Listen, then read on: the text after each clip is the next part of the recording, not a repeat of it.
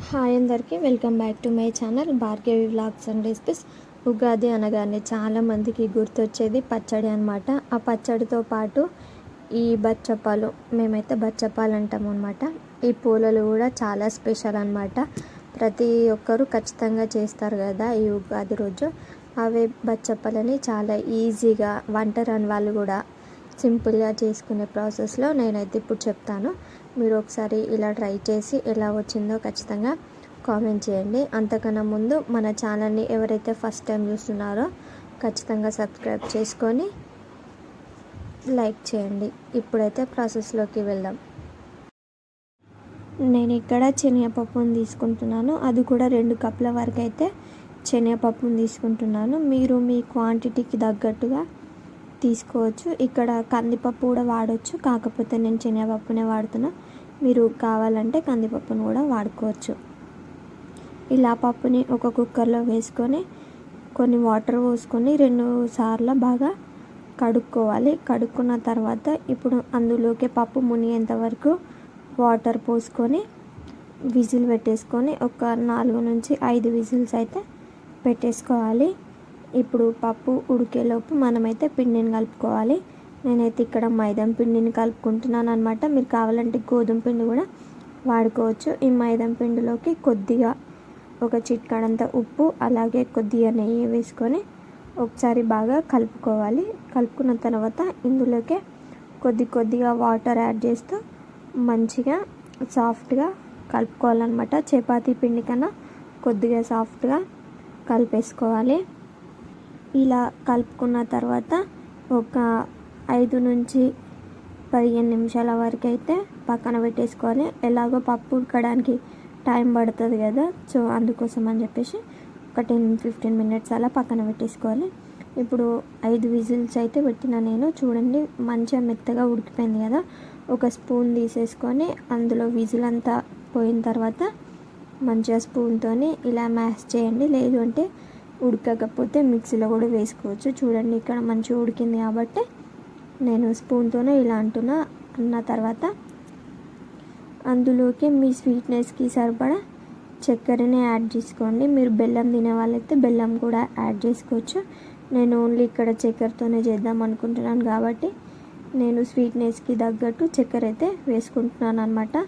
నేను వచ్చేసి 2 కప్పుల పప్పుకి 1.5 కప్పు వరకు అయితే చక్కెర యాడ్ చేసుకుంటున్నాను. మీరు తినే వాళ్ళైతే ఇంకో 2 కప్పులకి 2 కప్పుల వరకు కూడా యాడ్ చేసుకోవచ్చు.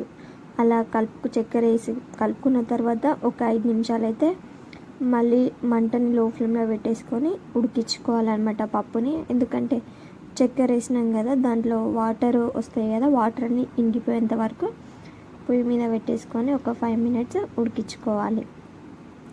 ఇప్పుడు అది ఉడికేలోపు మనం చపాతీ పిండిని కలిపి పెట్టుకున్నాం కదా, మళ్ళీ ఒకసారి దాన్ని మంచిగా కలిపేసుకొని ఒక ముద్దలా చేసేసుకొని ఇక్కడ నేను పేపర్ తీసుకుంటున్నాను.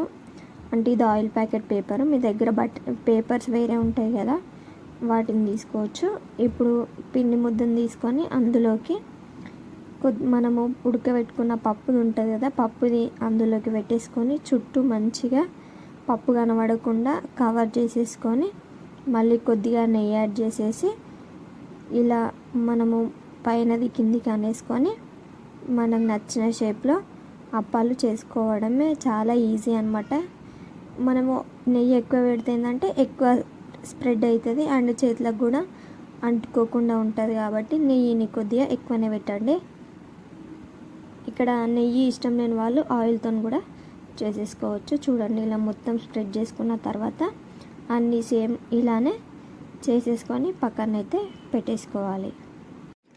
ఇప్పుడు స్టవ్ ఆన్ చేసుకొని ఒక పెంక పెట్టేసుకొని దానిపైకి కొద్దిగా నెయ్యి వేసుకొని అది పెంక మొత్తం హీట్ అయిన తర్వాత మనం చేసి పెట్టుకున్న పూలల్ని వేసేసుకోవాలి. ఒకసారి వేసుకున్న తర్వాత మళ్ళీ కొంచెం నెయ్యి వేసుకొని రెండో వైపు ఒకటేసారి కాకుండా ఒక 2 నిమిషాలు ఒక సైడ్ కాలిన తర్వాత ఇంకొక సైడ్కి మరలేసుకొని మొత్తము మంచిగా 2 వైపులా కాల్ చేసుకుంటే అయిపోతుంది. ఎంతో టేస్టీగా ఉండే బచ్చప్పాలు అయితే రెడీ అయిపోతాయి అన్నమాట. మీరు ఎప్పుడైనా ట్రై చేయకపోతే ఇలా ట్రై చేయండి. చాలా సాఫ్ట్గా చాలా టేస్టీగా ఉన్నాయి అన్నమాట. ఇక్కడ నెయ్యి వాడుతున్నాం కాబట్టి ఇంకా మంచిగా పొంగుకుంటూ మంచిగా వచ్చినాయి. మీరు ఆయిల్ని కూడా వాడుకోవచ్చు అన్నమాట.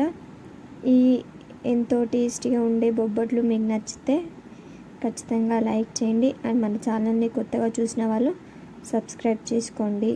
చూడండి ఎంత సాఫ్ట్గా ఎంత మెత్తగా ఉన్నాయో. అండ్ వీడియోని ఇంతవరకు చూస్తున్నారు కాబట్టి ఖచ్చితంగా ఒక లైక్ ఇచ్చి అలాగే ఛానల్ని సబ్స్క్రైబ్ చేసుకొని వెళ్ళండి.